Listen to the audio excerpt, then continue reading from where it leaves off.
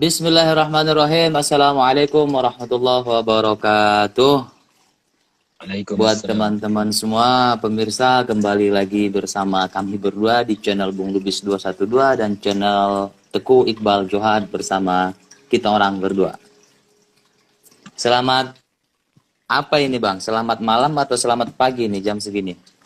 Selamat pagi aja. Iya, soalnya kalau di live kita yang sekarang ini sudah jam 12 kalau tidak salah ya. Sudah jam 12 kurang 1 menit malam ya. Jadi selamat pagi. Di uploadnya ke YouTube ini mungkin besok. Ya Ya, udah selamat selamat pagi. ya. Selamat sejahtera Selamat apa? aja. Selamat Selamat sejahtera. sejahtera. Siap, selamat pagi untuk semua teman-teman kita, sahabat-sahabat kita, sahabatku, saudaraku Bang TIJ, apa kabar? Alhamdulillah, bi khair. Alhamdulillah. Jangan lupa Dengan tetap santuy. Gimana Bang? Bung Lubis apa kabar?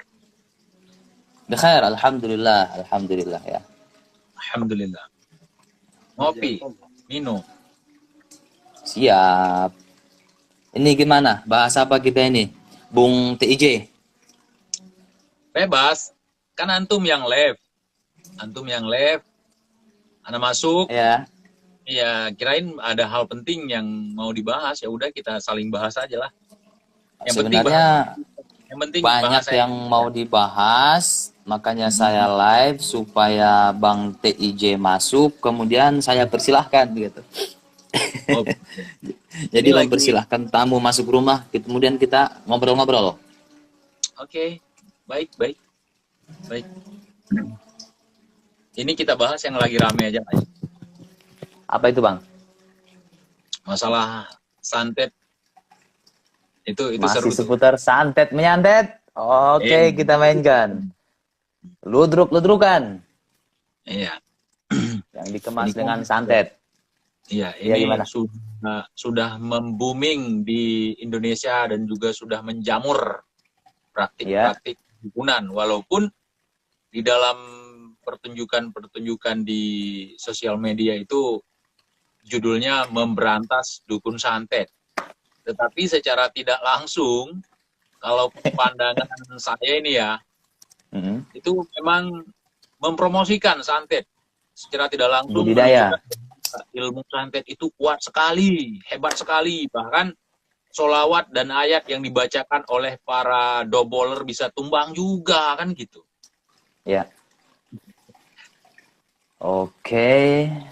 Sebenarnya ini bukan permasalahan baru, Bang. Ini sudah jadi sarapan kita tiap hari ini. Iya benar. Ya makanya kita Jadi bahas ini. iya, Malam. terkait itu saya Ya. sih yang pertama merujuk ke fatwa MUI karena hukum agama bagi kita di atas segalanya kan. Benar. Saya ingat sekali itu yang dikutip oleh Ustadz siapa ya? Fahmi Salim.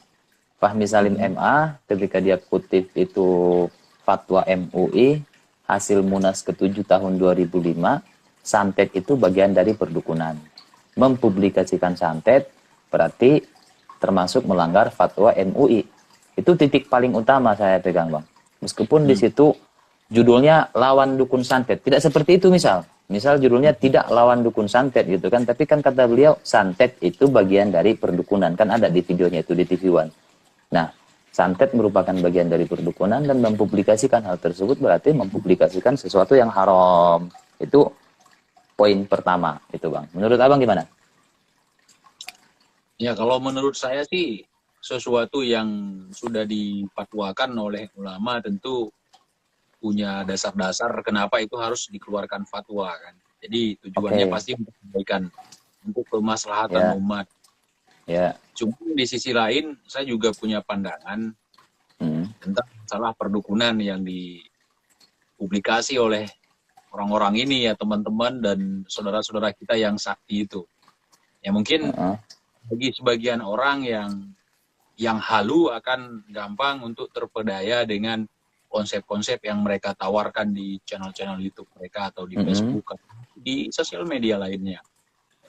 Nah, bagi saya santet itu bukan sesuatu yang menakutkan Ya, dan tidak separah seperti apa yang dipertunjukkan oleh mereka itu. Sehingga Betul. ini akan menimbulkan keresahan, akan menimbulkan pandangan-pandangan yang berbeda dari masyarakat. Karena kita tahu bahwa yang mengkonsumsi pertunjukan-pertunjukan seperti itu dari berbagai kalangan ya, berbagai Ya. lapisan masyarakat. Gitu.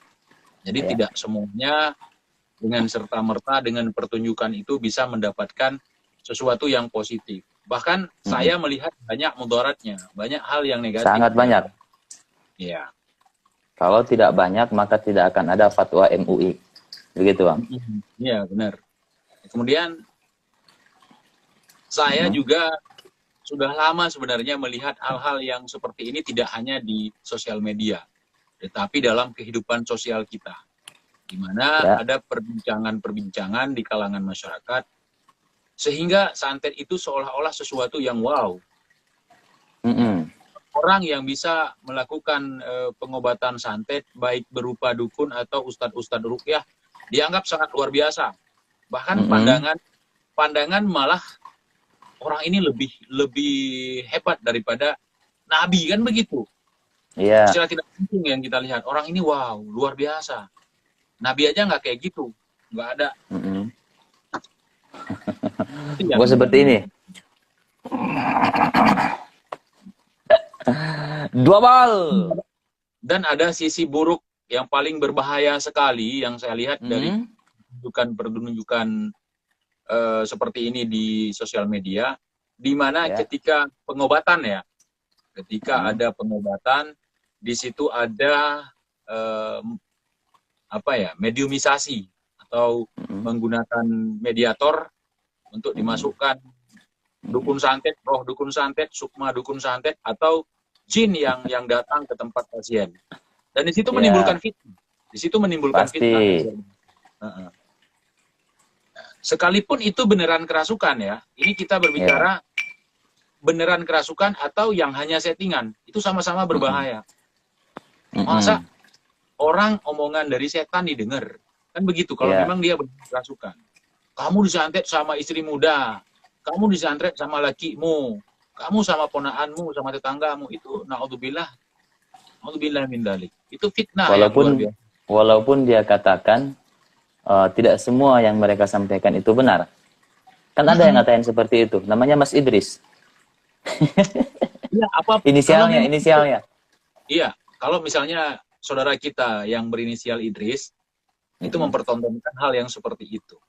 Kalau memang kita tidak boleh mendengarnya, kalau kita tidak boleh mendengarnya, tidak boleh mempercayainya, kenapa harus dipublish? Kenapa dilakukan? Kan demi konten.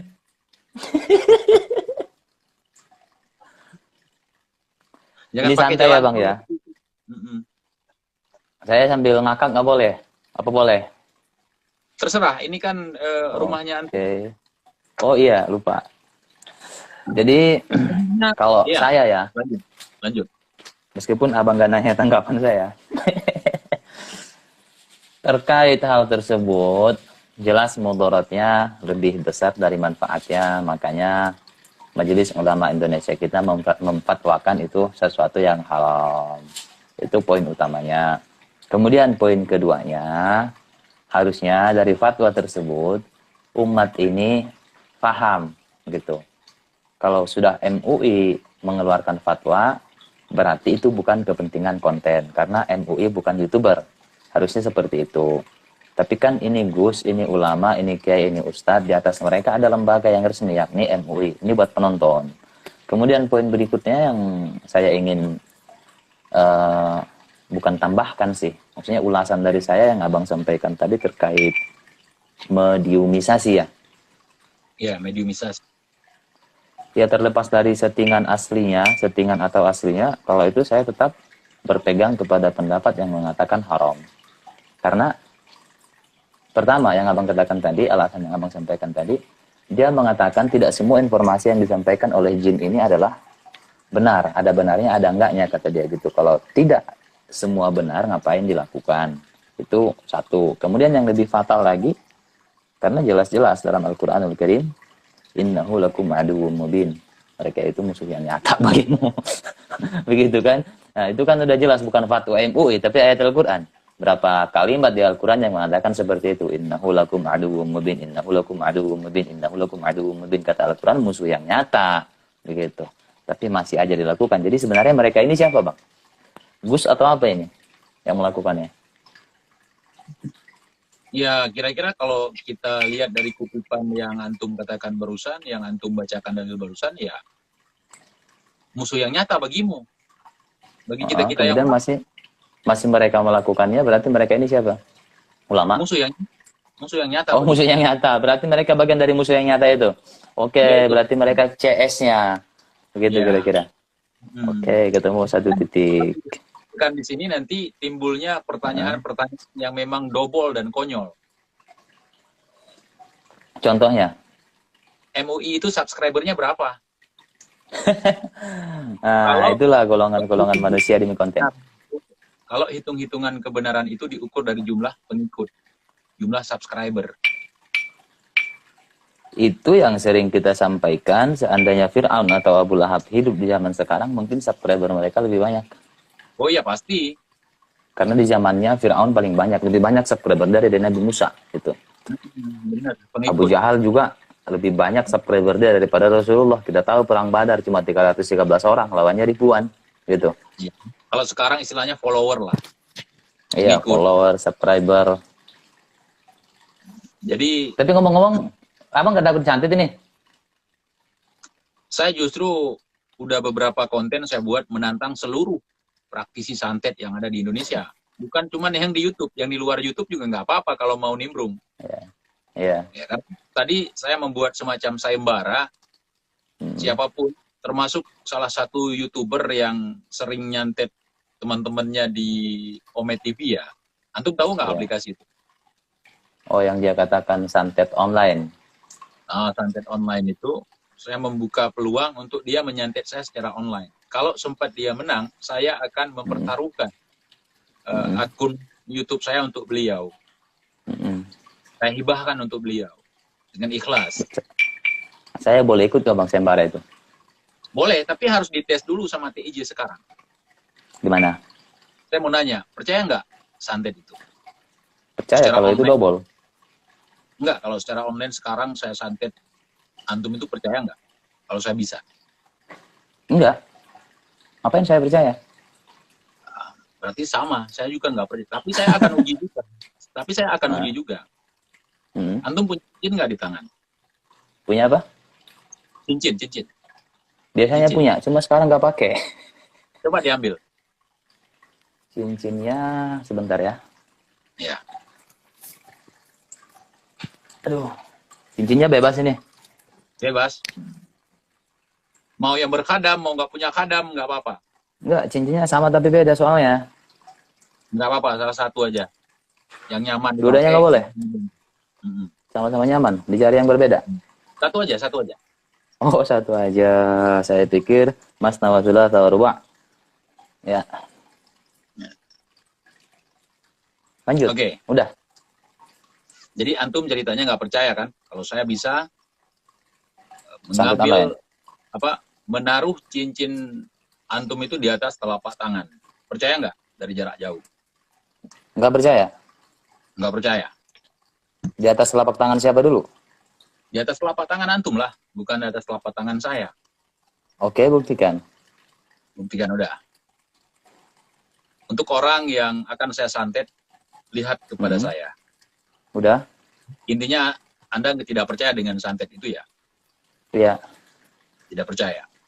Tidak percaya. Kalau misalnya cincinnya nanti saya suruh taruh di atas telapak tangan dan ditutup dengan atau dengan benda apapun, Anda bisa mengambilnya tanpa harus memindahkan peci itu. Percaya tidak? Bisa mengambil ini ketika taruh di sini tanpa harus memindahkan peci, cincin, bukan peci. Maksudnya gini, ketika nanti cincinnya ditaruh di sini, kemudian ditutup dengan peci, Anda percaya nggak? Kalau saya mengambil cincin itu tanpa harus memindahkan peci Anda. Tanpa abang menyentuh peci saya? Percaya, pakai trik? Enggak pakai trik. Enggak, ini pakai santet. Pakai kekuatan gaib. Tidak percaya. Tidak percaya. Ya udah Ya. coba cincinnya di atas telapak tangan. Kalau saya tidak mau, Bang? Itu nggak akan berjalan nanti sihirnya. Coba ikuti dulu. Oke. Saya taruh di tangan kiri ya. Ini. Ah, ya. Ini ya. Kemudian saya tutup pakai Ditunjukkan pakai ke ini. kamera. Jangan ditutup dulu, tunggu apa-apa. Oke. Berarti saya sudah berhasil mensugesti Anda. Iya, saya seperti itu. Cincin Anda bisa saya arahkan ke telapak tangan Anda. Iya, makanya saya bilang tadi kalau saya nggak mau gimana? Sekarang kan saya sudah menjawab bahwa kalau Anda Ya. tidak mau, berarti tidak akan kejadian. Iya, seperti itulah Artinya contoh apa? orang yang terbodohi. Ya, itu artinya apa? Semua dipengaruhi oleh sugesti. Iya. Karena ada keyakinan dari kita, sehingga kita gampang terkena oleh santet tersebut. Santet. Sebenarnya mereka sendiri yang mengundang santet. Mm-mm. Gitu. Mereka Saya sendiri udah yang paham. Saya sedikit Bang, saya udah paham teori itu, makanya saya nggak takut santet. Yang kedua, saya udah tahu apa yang terjadi apabila saya lakukan, saya akan tersugesti. Makanya tadi saya jawab begini, kalau saya nggak mau gimana? Kan gitu. Di situ sebenarnya jurus paling utama, begitu loh. Dan kita di belakang layar nggak ada kesepakatan ini. Nggak ada kesepakatan, cuman saya tahu permainan tersebut mayoritas sugesti. Gitu. Iya. Jadi, Anda, siapa saja pun Anda bisa terkena santet kalau Anda yakin sama itu santet. Benar. Tidak ada pun yang menyantet Anda akan terkena santet dari diri Anda sendiri. Kenapa? Dengan keyakinan yang salah. Kalau saya, ini Bang, kalau hasil riset saya ya belakangan ini, saya menemukan begini, dari sini juga Mas ya. Dalam dunia sugesti atau dalam dunia hipnosis ya, ada satu kata, satu perkataan yang luar biasa bagi saya. Kamu adalah apa yang kamu pikirkan. Betul nggak itu, Bang? Iya, setuju. Kamu adalah apa yang kamu pikirkan. Dan kalau dikaitkan, saya suka mengaitkan segala sesuatu yang menurut saya itu benar dengan agama, gitu. Pasti ada dari agama yang mendasar sehingga muncul perkataan tersebut. Dia tidak lahir sendirinya, gitu. Sehingga orang-orang yang meneliti mempunyai kesimpulan seperti itu pasti ada dasar dari agama terlebih dahulu. Kalau menurut saya, ada satu hadis qudsi yang Allah katakan, saya tergantung kepada sangkaan hamba. Kan ada seperti itu. Iya. Kalau hambaku berprasangka buruk kepadaku, ya udah itu. Kan secara tidak langsung seperti itu. Makanya kita dilarang untuk bersangka buruk kepada Allah. Misalnya, lagi nyetir mobil atau lagi mengendarai motor, tiba-tiba ada kucing lewat, direm dadakan, gitu. Direm dadakan nggak jadi ketabrak, kucing selamat. Nah, dia langsung feeling buruk. Ini pertanda buruk apa ini? Gitu. Dia langsung mikirnya, dia kan sudah sangka buruk sama Allah. Benar. Akhirnya, sesuatu yang dia khawatirkan buruk itu terjadi. Karena itu permintaan dia. Dia sudah meyakini kalau ada kucing lewat ketika dia mengendarai kendaraan, maka itu pertanda buruk. Gitu. Nah, kalau kita bahas dalam dunia hipnotis, ya dia tersugesti oleh keadaan gitu. Nah, menurut saya seperti itu, Bang. Itulah yang dikemas oleh para ludrukers, ya. Dikemas oleh para doboler dengan kemasan baru, gitu. Sebenarnya itu juga, cuma dibuat dengan jubah baru, merek baru, bungkus baru, gambar yang berbeda. Disebutlah santet, disebutlah ilmu ini, ilmu itu, bla bla dan segala macam. Sebenarnya kalau menurut saya kembali ke situ, Bang. Ya, dan Oke. para pengobat dari santet itu sendiri juga punya kepentingan di situ. Demi konten. Iya, yang satu sisi, ya bukan cuma demi konten, demi uang juga. Artinya Konten uang, Bang. Uang yang di luar konten. Iya, Dia uang bisa dari AdSense dan uang dari pasien. Dia bisa mengobati katanya, kemudian bisa menjual anti dan segala macam, termasuk paku anti santet ini itu segala macam. Nah, Jadi begini, Bang. Saya punya satu kisah nyata sedikit ya. Terkait hal tersebut. Kan ada kadang orang, ini mohon maaf cincinnya jadi dua. Ya. Karena kadang ada orang mengatakan begini, tapi kan ada yang sembuh. Gitu. Tapi kan ada yang sembuh. Kalau saya katakan, pertama selain nasib-nasiban, yang kedua sembuh karena sugesti. Kenapa? Si pasien tersebut terlanjur berkeyakinan yang salah. Saya pernah mengalami hal ini di Malang, Bang. Saya jujur aja, di Malang. Ada salah satu saya punya teman, dia keyakinan dia condong banget ke hal mistis, gitu. Jadi manakala keyakinan kita condong banget, atau condong sangat, atau sangat condong ke hal seperti itu, apapun yang terjadi dalam kehidupan kita, itu akan kita kaitkan dengan mistis. Dan tidak ada obatnya, kecuali keyakinannya itu. Nah, saya lihat ini orang agak condong, sangat condong ke hal mistis. Sehingga pada suatu ketika, dia mengalami sakit kepala. Sakit kepala sebelah, kayak migrain gitu. Kemudian dia ngomong, waktu itu saya ada beberapa hari jadwal di Malang. Dia ngomong kepada saya, Ustaz, ini saya sakit kepala, tolong disyariatin dong, gitu. Didoain gitu kan. Doa apa? Tinggal sholat, doa sendiri, saya bilang gitu. Enggak nih, lain sakit kepalanya, dari tadi sakit banget, katanya gitu. Ya udah, Mas tinggal istirahat, minum air putih atau beli obat ke apotik, dokter istirahat, insya Allah sembuh. Saya bilang gitu. Oh ya udah katanya. Hari itu dia istirahat. Menjelang siang. Habis zuhur, dia masih seperti itu, bahkan katanya makin sakit, belum sembuh, gitu. Saya sebenarnya mau ngetes untuk membuktikan keyakinan dia tersebut. Nah, dia masih menyatakan masih sakit gitu. Di situ saya lihat dia sudah sangat condong ke dunia mistis dan tidak ada obatnya selain keyakinan dia itu. Jadi di situ saya turut permainan dia. Oh ya udah, Mas nama lengkapnya siapa? Disebutkan nama lengkapnya. Bin siapa? Bin ini. Oke, ambilkan air. Saya nggak ada ngapa-ngapain. Pegang itu air, sebentar. Ya udah diminum. Saya bilang gitu. Baca Bismillah, kemudian minum. Sorenya dia sembuh. Gitu. Dari situ saya ambil kesimpulan, yang dia inginkan seperti itu. Kalau tidak seperti itu, mau 100 jarum suntik pun masuk, gak sembuh. Karena penyakit itu muncul dari dia. Manakala berkeyakinan, manakala Anda, wahai teman-temanku, sahabat-sahabatku, berkeyakinan yang salah terhadap hal tersebut, ataupun tersugesti oleh permainan mereka di media, secara tidak langsung Anda sudah berkeyakinan yang salah, meyakini kekuatan santet itu, meyakini kekuatan ini, itu segala macam. Jadi hal apapun yang terjadi dalam diri Anda, akan Anda kaitkan dengan hal tersebut. Dan tidak ada obatnya kecuali itu, gitu. Mau dibawa, mau di USG segala macam, mau di ronsen segala macam, ke rumah sakit luar negeri sekalipun, insya Allah nggak akan sembuh. Karena dia tidak menginginkan itu. Yang dia inginkan adalah dibacain bla bla bla bla bla bla bla bah gitu. Udah. Jadi diapain pun insya Allah dengan sarana seperti itu dia sembuh. Kenapa? Karena sudah terlanjur berkeyakinan yang salah. Dalam bahasa lain kita sebut tadi, dia sudah terlanjur tersugesti gitu. Dibahasakanlah itu santet dan sebagainya. Begitu kira-kira Bang. Gimana? Ya, masuk apa enggak? Ngomong lagi ya. Jadi dalam hal ini ketika seseorang yakin bahwa dia sakit terkena santet, maka dia juga akan sembuh dengan yakin bahwa dia sembuh dengan pengobatan yang seperti itu, yang menjurus ke seperti itu. Iya. Kemudian hal ini perlu saya garis bawahi, pengaruh daripada sihir atau gangguan-gangguan jin, ya, itu memang ada. Itu kita tidak memungkiri. Ya. Tapi kebanyakan pengaruh santet yang terjadi hari ini, orang yang terkena sihir hari ini adalah dari sugesti. Dirinya, dari dirinya sendiri. Ya, kemudian sekarang ada orang yang sakit, misalnya periksa ke dokter, kata dokter tidak sakit, dia tidak punya gangguan apa-apa. Ya karena memang punya penyakit medis. Dari pikiran dia tadi, dia berpikir itu dia disantet, sakit perut disantet ini itu segala macam.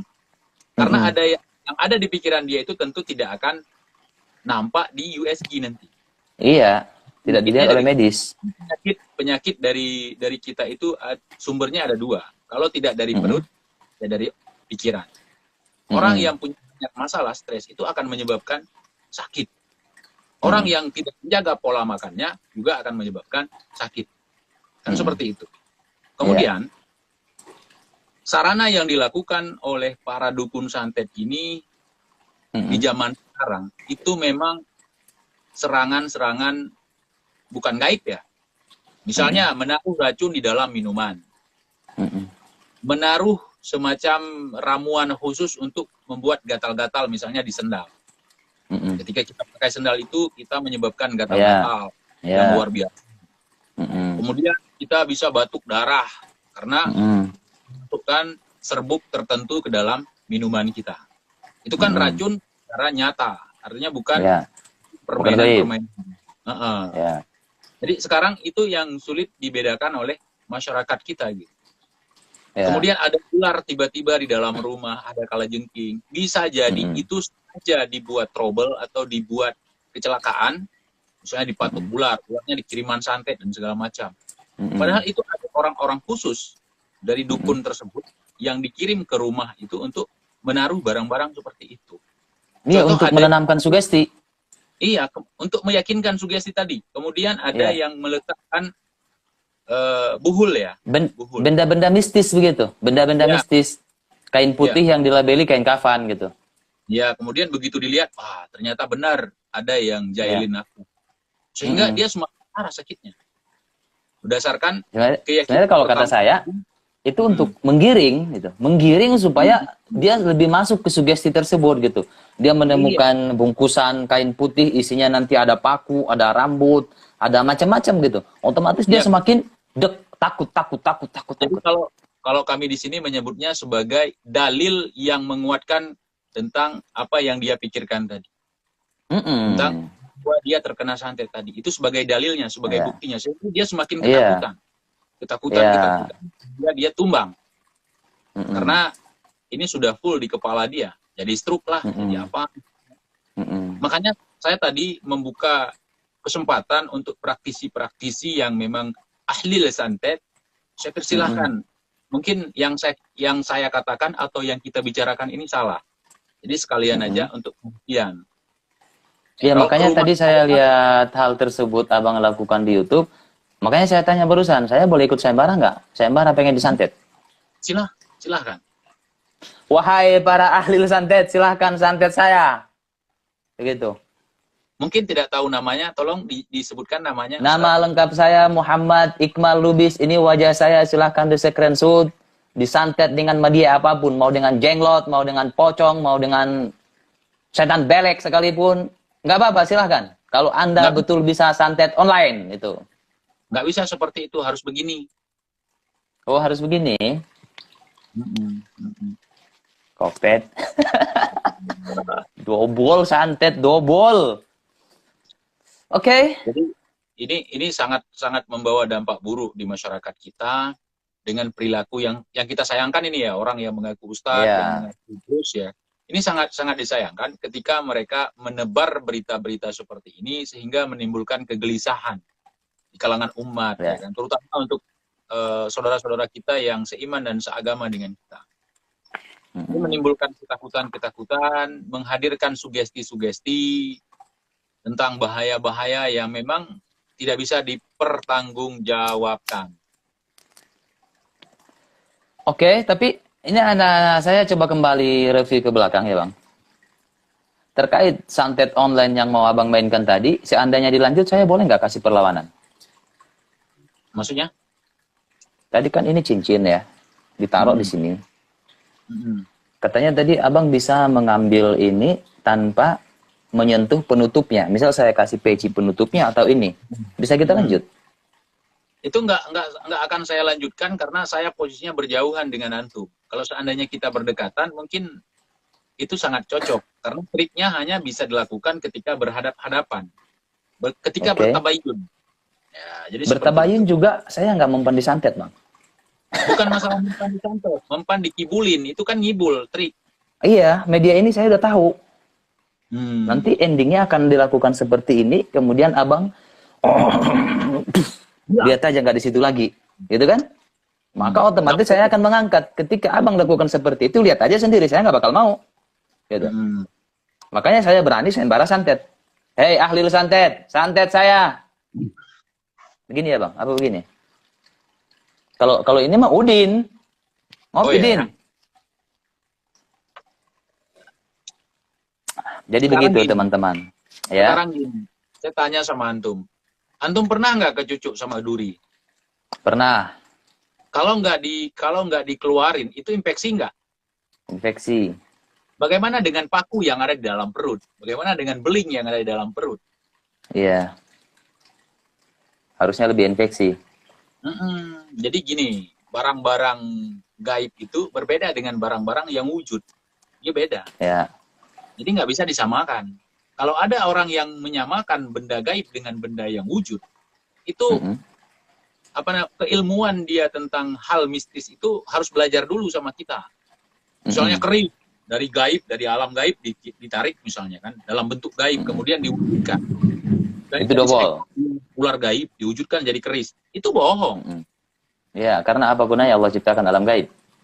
Iya, itu bohong. Kenapa? Antara gaib dengan yang wujud seperti kita ini, dia ada gerbangnya, berpisah. Iya. Dia modusnya mereka ini licik, Bang. Ini saya mau bongkar, boleh nggak? Boleh. Modusnya mereka itu biasanya ketika sudah terbongkar, mereka akan pertama akan kaitkan dengan hal goib. Oh, kamu tidak percaya dengan goib.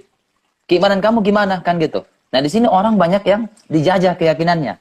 Trik mereka seperti itu. Ketika kita sangkal ilmu hikmah mereka, ilmu karomah mereka, ilmu laduni mereka, kita akan dibenturkan dengan agama. Kita akan dibenturkan dengan agama. Padahal, tidak percaya dengan dobol mereka itu adalah sebuah kewajiban, haram hukumnya percaya dengan mereka, dan itu tidak mengingkari yang goib. Karena mereka bukan simbol kegoiban yang diceritakan oleh Allah Subhanahu wa taala dalam Al-Qur'anul Karim. Yang dinamakan goib di situ banyak, bukan cuma santet mereka, dan bukan seperti itu, bahkan tidak termasuk santet mereka. Begitu. Nah, ini makanya, untuk makanya saya sering mengatakan bahwa membodohi orang atau menipu orang dengan mengatasnamakan gaib merupakan hal yang sangat mudah sekali. Ketika kita sudah menemui kebuntuan, maka kita akan berdalih bahwa itu gaib. Iya. Dan mereka yang paling fatal, sebentar, saya belum putus. Siap. Supaya Pak Boler nanti nggak salah paham ya kan? Iya. Seperti gini, kalau misalnya kalian tidak percaya, ini main sugesti lagi. Perut kalian akan buncit, akan meledak nanti. Orang pada ketakutan. Jadi terpaksa harus percaya. Kemudian yang paling fatal lagi, ketika orang-orang ini sudah membohongi seperti itu, kemudian menakut-nakuti kita dengan sisi agama ya. Sisi agama.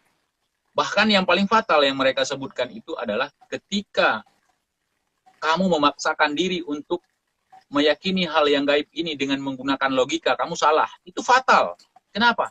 Karena agama kita separuhnya juga gaib. Bahkan malaikat itu kan gaib. Bahkan Allah sendiri maha gaib. Gaib dihubungkan, tidak boleh dihubungkan dengan logika, itu gila namanya, itu salah. Kenapa? Karena hal yang gaib pun identik dengan logika. Ilmu logika dan logika ilmu. Agama, ajaran kita itu adalah ajaran yang logika. Artinya diterima oleh akal sehat. Kalau misalnya ajaran kita tidak bisa dilogikakan, itu fatal ceritanya. Itu bukan agama. Itu udah salah besar. Iya. Iya, mereka itulah perdukunan ini. Kalau salah-salah dicerna, kita lari daripada akidah. Jelas. Makanya dihukumnya haram oleh ulama. Dan saya udah selesai, Bang. Selesai. Dan saya ingin lanjut sedikit yang tadi. Ketika mereka udah mulai ketahuan, maka ingat, teman-teman ya, pasti Anda akan dibenturkan dengan agama. Contohnya kayak yang tadi, kayak yang goib. Bukankah di Al-Quran itu dikatakan goib berapa kali katanya? Bahkan di surah Al-Baqarah, di awal pembukaan. Alladzina yu'minuna bil ghaibi. Bil ghaibi, iman kepada yang goib. Gitu. Nah, mereka hubungkan dengan keimanan kita. Sehingga masuk akal atau tidak, kita harus percaya. Daripada kita bertentangan dengan ayat Quran tadi. Nah, itu trik mereka. Yang kedua, apabila telah terbongkar secara nyata kebangsatannya, kalau kata saya kebodatannya itu, maka mereka akan melakukan hal goib yang lebih konyol. Contohnya yang seperti yang dilakukan oleh Idris CS. Ketika peluru yang meledak ketahuan, apa kata dia? Itu tembakan santet gaib. Begitu. Itu tembakan santet gaib. Untung saja sahabat saya TIJ membongkar peluru gaibnya sudah ditemukan ini. Kalau tidak mereka bisa jadi membuat seperti itu. Itu trik mereka. Dan saya percaya sampai saat ini abang masih memegang peluru gaibnya. Saya pengen lihat, Bang. Saya simpan sebagai bukti. Dan begitu juga yang dimainkan oleh itu dia. Seperti itu trik mereka. Nah, itu. Teman-teman nggak ada yang lihat, saya bisa lihat. Bisa lihat dobolnya gitu. Jadi yang aneh gini, kemarin katanya ditembak. Ya kan? Ini untuk yang inisial Idris itu kan, Bos Idris, kan ditembak. Kemudian ditembak oleh orang yang tidak dikenal. Iya, sniper. Mengendarai mobil silver. Kemudian thumbnail dia ada gambar senapan di situ. Iya. Ya kan? Kemudian thumbnailnya sudah diubah, kemudian videonya juga Diganti. sudah sekarang. Ya, biasa kebiasaan lama. Ya. Kemudian klarifikasinya bahwa itu serangan gaib. Ya, santet 2021. Lukanya ternyata luka gaib. Yang jadi pertanyaan TJ, luka gaib kok darahnya nggak gaib? Iya, itu dia. Dobolnya mereka. Harusnya luka gaib, darahnya juga gaib. Kalau tidak ada Suara luka, tembakannya juga gaib harusnya. kan tembakannya juga gaib. Ini Dasar suara makhluk tembakan. gaib. Jadi itu baru keren. Ini ceritanya sebenarnya mereka buat sendiri, bantah sendiri, klarifikasi sendiri. Bingung sendiri akhirnya. Ketika berurusan dengan hukum, ternyata tidak ada bekas lukanya. Demi konten. Itulah mereka. Kalau saya tidak mengatakan demi konten, Demi tong, Demi apa, Bang? demi tongkol. Iya, satu jengkal di atas pusar dan satu jengkal di bawah pusar. Dan itu semua. Nggak bisa dibantah. Ya udah, harimau sudah mulai berbunyi.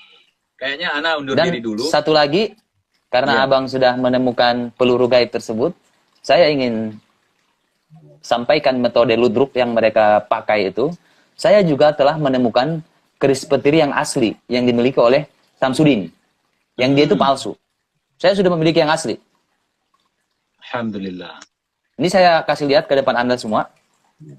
Ini barangnya. Ini saya buka dulu ya. Ini Sebentar. Sarungkan lagi. Bentar. Nah. Jadi Ini udah saya sarungkan. Kalau untuk membuka keris di hadapan teman, adabnya itu begini, kemudian warangkanya, sarungnya yang ditarik, bukan matanya. Kalau Siap. barusan Kalau begitu, mau ngajak perang. Nah, kalau begitu seperti ini. Nah ini, ini sudah saya pegang. Baru benar. Saya taruh dulu. Ini luar biasa nih keris petir. Ini keris petir Gus Samsudin yang sebenarnya. Yang di dia itu palsu. Ini asli. Benar. Saya bisa Karena yang punya dia itu di toko online banyak. Ini saya simpan dulu. Di toko online banyak, berarti itu bukan asli. Kalau yang punya saya dicari toko online nggak bakal dapat. Ini nggak dapat. Langsung dapat petirnya. Iya. Ini sekarang lagi hujan. Tadi ada petir. Ya udah, karena saya gunakan ini. Ya. Tahan dengan apa kekuatannya itu, energinya kuat sekali. Iya. Nah, seperti itulah modus mereka. Ketika ada yang terbongkar, modus itu akan mereka pakai. Oh, itu jenglot ada baterainya. Ternyata makanya nyala. Oh, jenglot palsu. Yang asli seperti ini katanya. Kamu nggak bisa lihat kan? Goib. Nah, itulah trik-trik double. Jadi, wahai teman-temanku, saudara-saudaraku, mari kita gunakan akal sehat kita. Karena kita akan sesuatu yang kita pikirkan itu lebih condong akan terjadi kepada diri kita. Makanya jangan pikirkan santet. Pikirkan aja santet itu adalah double. Ini video ini akan diupload di YouTube atau gimana nih? Iya Bang, kan tadi di awal udah pembukaan. Ini nanti kalau diupload di YouTube untuk sahabat kita yang menggunakan akal sehat atau untuk doubler? Semuanya. Untuk yang menggunakan akal sehat, supaya akal sehatnya lebih cerdas. Untuk yang masih terkontaminasi virus santet double itu, supaya insya Allah pikirannya bisa sehat. Kalau juga tidak sehat, maka saya sarankan Anda kembali ke pengaturan pabrik. Siap. Terima kasih. Saya undur diri dulu karena harimau kupasnya kelaparan. Ya, sudah bunyi. Siap, nih. Bang. Oke, terima kasih atas waktunya, kehadirannya. Ya, siap. Oke. Terima kasih. Ya. Wassalamualaikum warahmatullahi wabarakatuh. Waalaikumsalam warahmatullahi wabarakatuh.